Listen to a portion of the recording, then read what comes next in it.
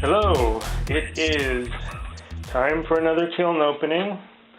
This is actually my second kiln opening of the week, so what I'm going to do is I will show you the pieces from the previous kiln opening after this, so stay tuned for that. Now the kiln is a little warm. It's really not too bad, but I think probably once I get down to the middle it'll be kind of hot. So out comes the oven mitt here. This piece, I took a quick look at it already.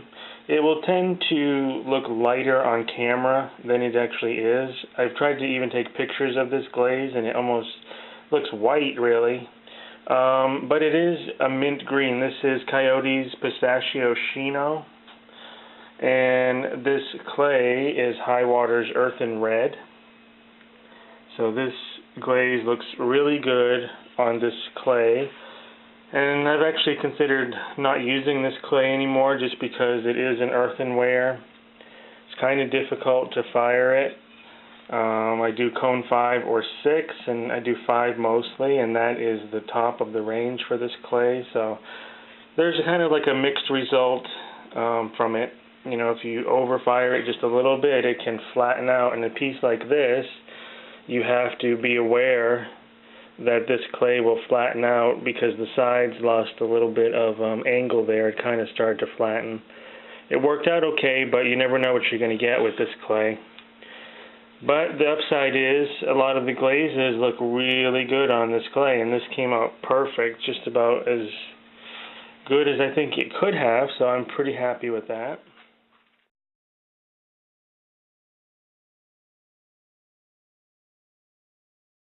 And there was just one tile here that was on the second level.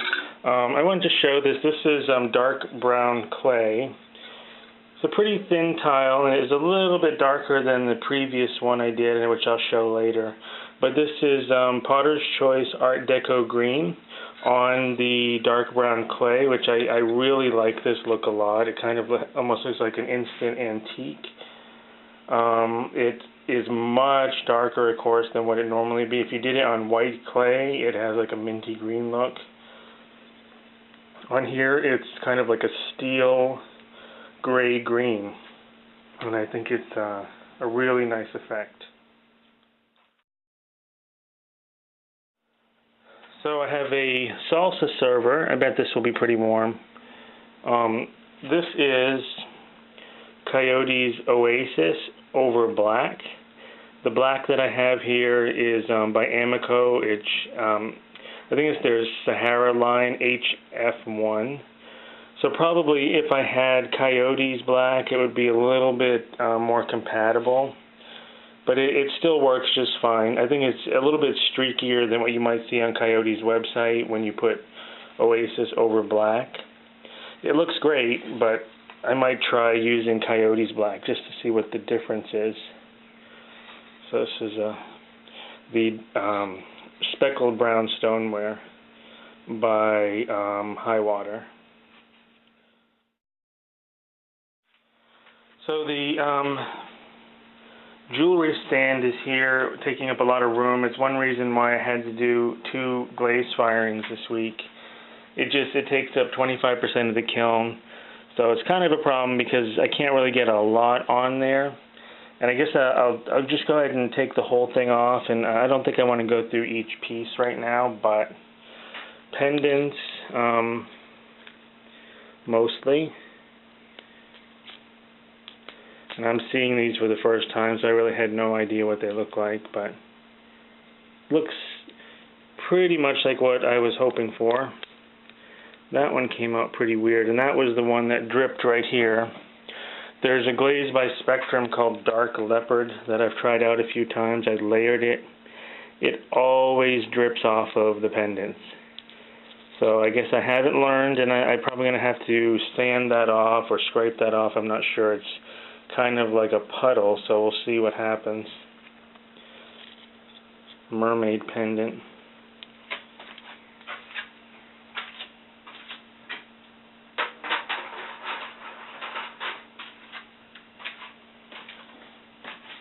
The thing I wanted to mention about this jewelry stand is it will come with metal rods that are cone 6. Now if you do a cone 5, those metal rods actually seem to not melt, but they do bend. So I had to get cone 10 metal. Problem with the cone 10 metal is it's very thick and you can't put the smaller pieces right over the metal itself. So I came up with the method of using the high temp wire, creating little hooks, and just going through each of the holes, and you really have to space them out right. Otherwise, during the firing, if they do move at all, of course they'll just fuse together. So spacing them out right is the way to do it. But this is a cone 10 metal rod, and I think it was maybe Sheffield Pottery that has this. It was hard to find. So if you're having problems with your jewelry either falling off or the metal bending, try the cone 10 and try using, this is the thickest high temp wire you can get. So don't use the thin wire for the hooks. Use the thickest one you can get and just make little metal hooks with the needle nose pliers. And they will last. I've done several firings. I don't know how many you can get out of them, but they look exactly like they did when they went in, as far as the shape goes. So try that out.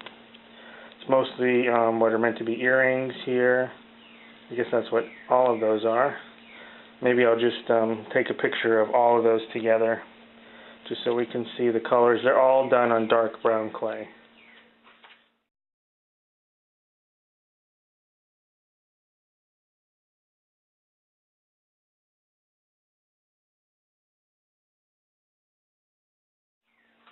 Just a few slip-casted frogs here. This is the Oasis by Coyote on white slip.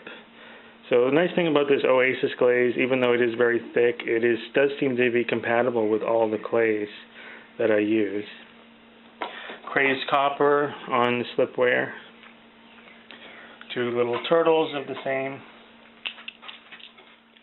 Mostly tiles on this level here. This one really warped quite a lot. It's a mermaid, and that's crazed copper on Little Loafer's white clay. All of these are crazed copper, as you can probably tell. Crazed copper is by Coyote. It's a translucent glaze that will eventually get crazed marks in it. And this is textured kiwi by Spectrum. It's a small wall hanging piece. And that always comes out really nice on white clay. That's kind of just a smaller version of that one. Textured kiwi. And textured kiwi and a mermaid tile. Small mermaid pendant. It's actually a large pendant or a small tile. I'm not sure what that I really meant that to be. It's kind of an experiment. And dark clay with Coyote's opal. It's a green man face tile. Okay, straight down into the last shelf. I'm worried it's going to be kind of warm, but it hasn't been too bad yet. So I'm pretty happy with the results of this. This is Potter's Choice Deep Olive Speckle. And it is on speckled brown stoneware too, so it probably looks a lot more speckled than the glaze actually is. But it also has black glaze. That's that HF1 by Amico. So the overlap layer is there. So these were impressions of real leaves, and I have yet to find out what the tree is that it comes from. It's a tree here in Florida, and it's not one I'm familiar with, but it put in really deep veins. So this is washed with, I think it is a manganese wash. I'm going to have to look it up. It's a dark black wash instead of the iron wash. So I'm going to look it up because I have several different washes. and I put it aside just because I wanted to experiment with this. I have used it before and it kind of disappeared, so I did it really dark concentrated, and I guess that's the way you have to do it. And I'm just really happy with the results of this as opposed to the iron wash. I think the darker black wash is the way to go. And there's a bowl here that matches it. I didn't get quite as deep impressions as I did with the mug, but I think I'm probably going to be selling it as a set. Same glaze, and I did some black lines in the middle so that it would match.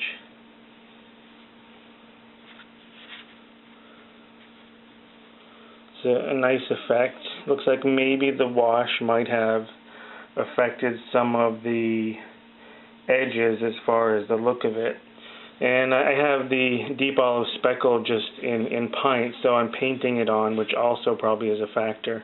I think if I got a thicker coat, I think this was 3 coats, and probably a thicker coat, you wouldn't see any little imperfections, but it's really nothing bad. Just something that I need to be aware of when I'm putting coats on.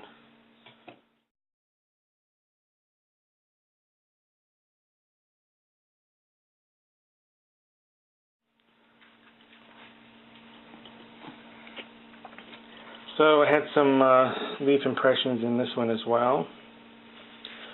This is the black by Amico, and it does have a blue streaking effect in it by itself, so there's no blue glaze on this part, and I think you can probably see that it does have that look to it. Even though there's blue here and this is the overlap, that was all just black glaze. So I think it's just the way the glaze is. You probably need a really, really thick coat of it to get a solid black. And the overlap, black underneath and oasis over that, produces a nice line. This is like a low profile mixing bowl, probably like a 3 cup or so capacity.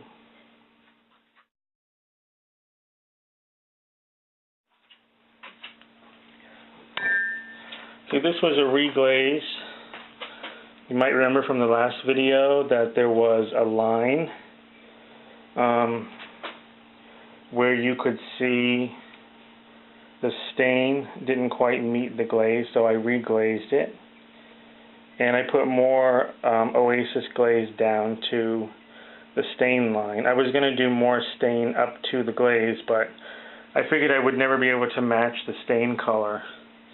So it worked pretty well. I noticed that the oasis glaze sunk down a little bit more. You can see on the rim is a little bit more exposed. It's a little thinner there. It's still glazed, it's just the glaze pulled down more. And I'd say that worked, but I kind of do like the darker black glaze over the iron wash.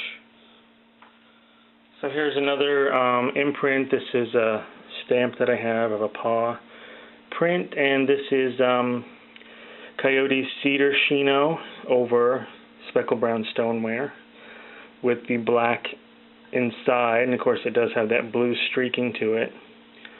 So it's 3 coats, so I don't know how many coats I'd have to get to, or if that's just the way that glaze is going to look. Maybe it's the clay. Maybe if it was on white it would be a little different. But Cedar Chino is a great glaze. It's kind of expensive. It's probably the most expensive glaze I have seen so far. But it really does, what you're seeing here, it has all of those nice streaking effects to it, and it kind of breaks into different shades of red and maroon.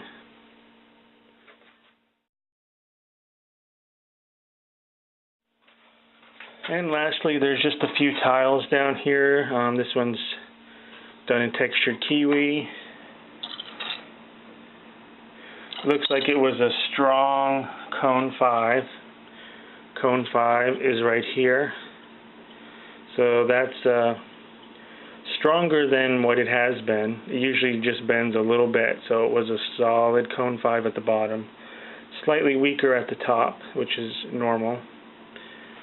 And there's just a little pendant here done in crazed copper. So what I'm going to do now is I will show you the pieces from the last kiln opening. So I'll be right back. Okay, it's kind of dark in the workshop here. It's a little cloudy out today, but figured it would just be easier to do the results of the other kiln opening from here. So these bowls were part of the other kiln opening, and that was done in the same glaze combination that you just saw earlier, which is Oasis over black.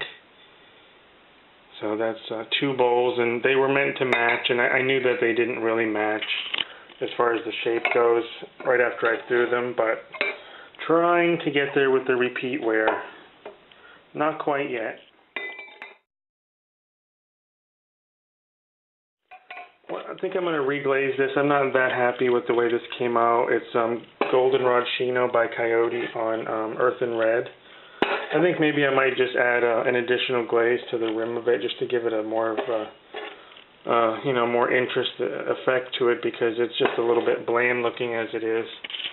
And you might remember the plate from the other video that I did. So finally it was ready to go into the bisque kiln, and I was not sure if it was ready because with plates you can get S-cracking pretty easily. And with this clay, S-cracking is pretty common. I'll just come over by the window. So this is Temecula Potter's Choice, and the lines are Art Deco green. And on this clay, the Temecula really looks like a nice, just slightly mottled black glaze. I like the way it looks a lot. So my first plate, very happy with the plate. Although, it has its problems, but for my first one, I'm pretty happy with it. And it is heavy. So I need to work on probably trimming it a little bit better. Alright, sorry for moving around so much. Here's some tiles. This was the same glaze from the kiln opening that we did earlier. And this is opal on a dark brown. There's a tiki one. So I wanted to show this one. This is Art Deco green on dark brown clay. And it has that really nice metallic look. So if you're looking for a glaze combination that really has like an antique effect, on dark brown clay by Standard Ceramic, number 266, Art Deco green, and that's Fire to Cone 5. And then there was a sun tile as well. On this shelf, this is crazed copper over Riverside Grit by High Water, and I don't like the clay that much. It does have a reddish hue to it sometimes. This is just going to be a bird bath, so that was somewhat experimental as far as the glaze. The glaze shows up a lot of imperfections because it's transparent, or at least semi-transparent. And up here we have, this is a planter done on the red earthenware with a little tray to go with it, and that's Oasis by Coyote, the blue. So this was my first, what do we call it? Casserole dish. It's pretty small. The thing about it is it did drip a little bit, and it did come down to the kiln shelf. So I'm going to try to figure out how to file that off, because it's really not a problem. It does sit on those drips, so I have to figure out how to deal with that. But I was pretty happy with the casserole dish anyways. It is pretty much done the same way. You'll see videos by Mud It Is, or also Brandy Ross does these types of casserole dishes, and that's what I watched and was inspired to do some as well. I did this on the dark brown clay with Oasis, Coyote's Oasis.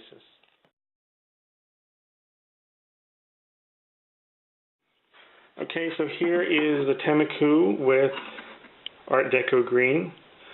And I do this sort of branching effect just by dripping glaze on. Now this is done on speckled brown stoneware, and there's definitely a difference between that and the plate. The plate is much darker because it's the earthen red clay. So there is a lot to be said for clay bodies and the effects that you get with the glazes. I do like the darker look better, but the speckled brown has that more natural appeal to it. So I did 2 bowls in that, and I glazed, kind of did a funky glaze on the inside.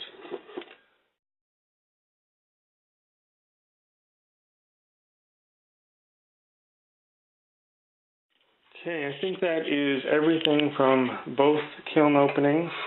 I'll just do a quick update on what I've been doing. I acquired some plaster molds. I'm going to try doing some wall hanging pieces with these, an owl one. This is all just greenware. And there's a face that has like feathers around it. They're gigantic molds. Some little test tiles to be done in the black clay, because that's a tough clay to use for glazes. I've had a lot of weird results with that clay. Little candle holder, another salsa server, a bunch of tiles here in the front, a couple of plate platters. Now this was a hand-built plate with a wheel-thrown foot. So I want to see if this will hold up in the kiln, because if it bends or gets out of shape, I'm probably not going to bother trying to do any more of these, although this is pretty thin, so chances are it will warp in some way. And this will be a bird bath with a dragonfly, another luminary candle holder. There's a spoon rest. And this piece I did last night. This is going to be what they call a salt cellar, or a salt pig, although I did a fish. So, and it's a wheel-thrown vessel that was, sort of altered, I guess you would say, afterward to make it more of a fish mouth. Did a little spoon to go with it. So stay tuned for that. It's going to be interesting to glaze that. That's dark brown clay. And I don't know what to glaze it in just yet, so we'll see. Okay, that's all I have for you for now. Thank you for watching, and don't forget to subscribe to my channel to get updates on new videos. Thank you.